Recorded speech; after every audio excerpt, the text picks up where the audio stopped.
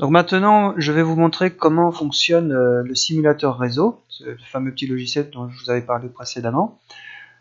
Donc je vous propose d'aller directement en TP sur la partie des hubs, qui est, la partie 1.1.4.2. Alors le logiciel simulateur réseau, le voici. Avant de commencer le schéma et faire les différentes tâches, je vais vous expliquer comment fonctionne ce petit logiciel qui est très bien fait, qui est vraiment simpliste, enfin c'est pas péjoratif, hein, mais c'est vraiment simple, mais on peut faire pas mal de choses intéressantes et surtout de bien expliquer comment fonctionnent les réseaux. Donc vous avez un petit menu là avec fichier, mode, options et le point d'interrogation, tout classique. Le plus important pour nous, c'est le menu mode. Donc le menu mode, c'est tout simplement le modèle OSI. Regardez, conception réseau, couche physique, Ethernet, couche liaison de données, couche numéro 2, IP, couche réseau, transport, couche numéro 4, et la couche application, bon ça n'en parle pas, puisque dans ce cours, je vous avais déjà expliqué qu'on allait traiter que les 4 premières couches du modèle OSI. Donc voilà, donc là on est en conception réseau. Dans conception réseau, vous pouvez rajouter des ordinateurs, vous pouvez, donc là on les supprime, on n'en a pas besoin, vous pouvez rajouter des hubs, vous pouvez rajouter des switches, enfin vous pouvez faire tout ce que vous voulez. Donc là on est en conception réseau, c'est comme si vous étiez en train d'installer des ordinateurs, des hubs, donc c'est comme ça que ça fonctionne. Donc ensuite, à partir du moment où vous voulez passer en couche 2, manipuler les adresses MAC par exemple, eh bien il va falloir vous basculer en mode Ethernet. Alors avant de basculer en mode Ethernet, je vais quand même vous montrer au niveau de la couche physique, qu'est-ce qu'on peut faire. Eh bien sur la couche physique, on peut très bien... Ah voilà, j'ai effacé le câble, donc c'est bien, on va le remettre. Le but du jeu c'était pas de l'effacer, le but du jeu c'était... Bon, on recommence encore une fois, je suis désolé. Configurer le câble. Donc comme on est en couche physique, on peut effectivement configurer le câble. Ici, vous avez plusieurs options. On va regarder que les deux premières qui nous intéressent. C'est paire torsadée droit, paire torsadée croisée. Rappelez-vous, un câble qui est aujourd'hui vulgairement appelé un câble RJ45 n'est en fait qu'un câble à paire torsadée avec connecteur RJ45. Il faut savoir qu'avant, il n'y avait pas que des embouts à RJ45, il y avait d'autres types de connexions. Maintenant, vous avez, dans 99,99% des cas, vous allez rencontrer des RJ45.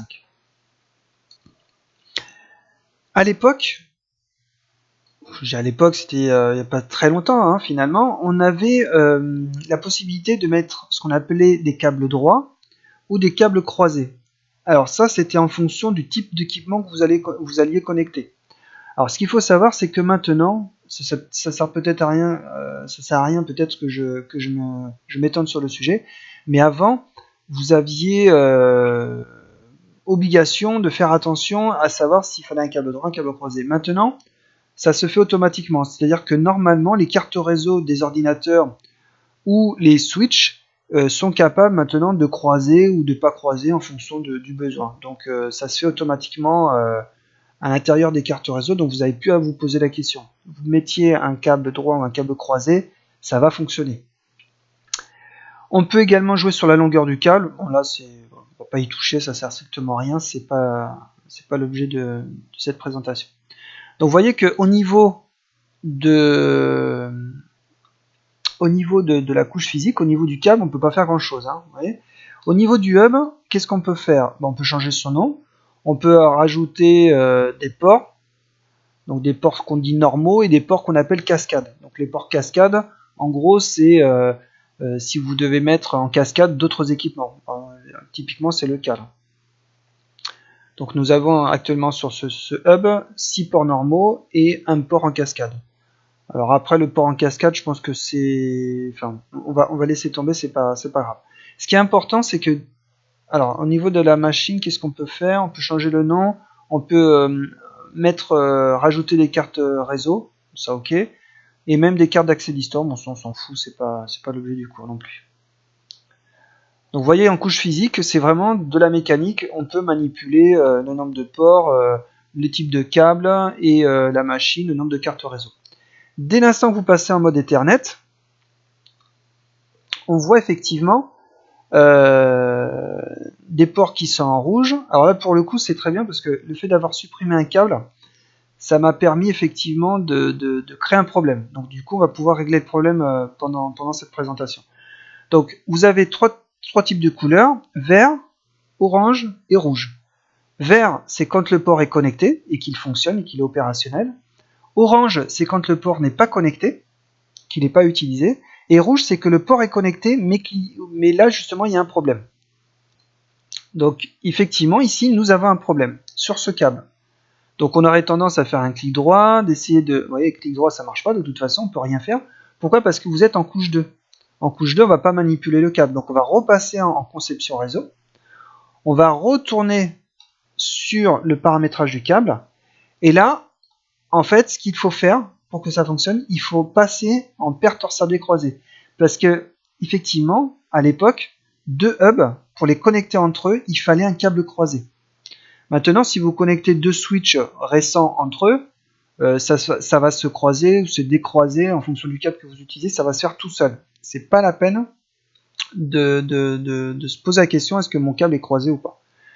Donc on va prendre un câble croisé, et normalement, voilà, donc le câble, enfin les câbles, les ports se passent bien en vert. Ok?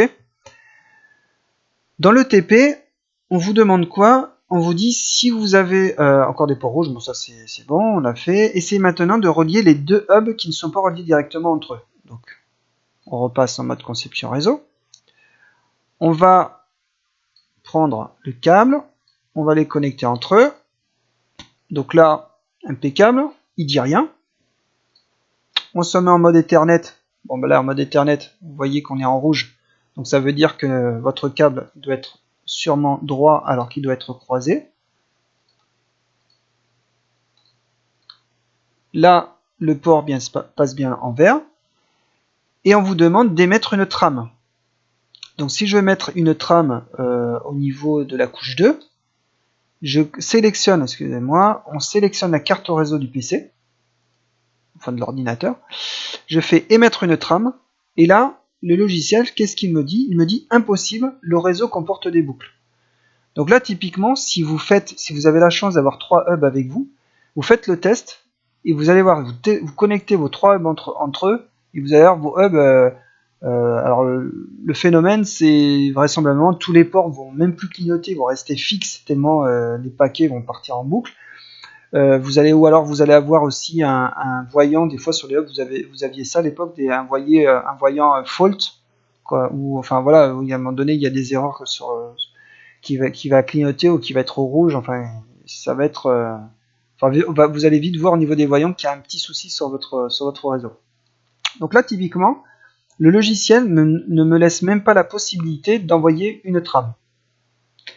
Alors, qu'est-ce qu'on va faire? On va supprimer le câble, tout simplement.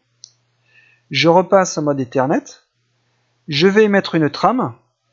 Et quand je veux émettre une trame, il me demande est-ce que tu veux envoyer une trame broadcast, donc c'est-à-dire je vais envoyer sur tout le réseau, ou est-ce que tu veux envoyer une trame unicast? Bon là, pour le coup, je vais envoyer j'ai envoyé une trame broadcast. Donc en gros, ça va envoyer quoi comme adresse MAC de destination? Eh bien, ça va envoyer que des F. Je vous rappelle que les adresses MAC sont en hexadécimal. Donc je fais OK. Et là, vous allez voir, hop, le paquet arrive au hub 3, il arrive au hub 1, il est envoyé sur la station 1, il est envoyé sur le hub 2 et il est envoyé sur la station 2. Donc on voit effectivement que toutes les stations, comme c'est du broadcast, ils vont recevoir la trame. Donc là, ce que je vais faire, c'est que je vais refaire le test, mais je vais mettre en mode ralenti pour vous montrer quelque chose. Je renvoie ma trame en broadcast et regardez, alors ne vous focalisez plus sur le schéma, vous allez voir en haut la trame qui est envoyée. Donc on voit bien que l'adresse MAC de destination est en premier, MAC destinataire, donc c'est l'adresse MAC de broadcast.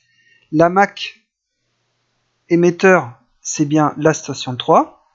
Le type de paquet transporté, les données envoyées. Je refais un test juste pour vous montrer. le type, les données transportées par la trame, et vous avez votre fameux CRC à la fin qui va calculer, voir s'il n'y a pas des problèmes dans la mission de la trame, et dans la réception du coup. Donc là, on va faire un nouveau test, non plus du broadcast, mais on va faire du unicast. Je rappelle la différence entre les deux. Le broadcast, c'est que j'envoie sur tout mon réseau local, attention, réseau de couche 2, donc adresse MAC. Donc seules les machines qui seront sur le même réseau que moi de couche 2 recevront la trame. Par contre, si j'envoie un paquet unicast, donc imaginons que je veuille envoyer un paquet que à cette station, eh bien, qu'est-ce qui va se passer? Je vous laisse réfléchir à l'exercice. Eh bien, normalement, vous voyez, donc la MAC destination, c'est la MAC 1, la MAC source, c'est ma machine. Regardez ce qui va se passer. Tout le monde va recevoir le paquet.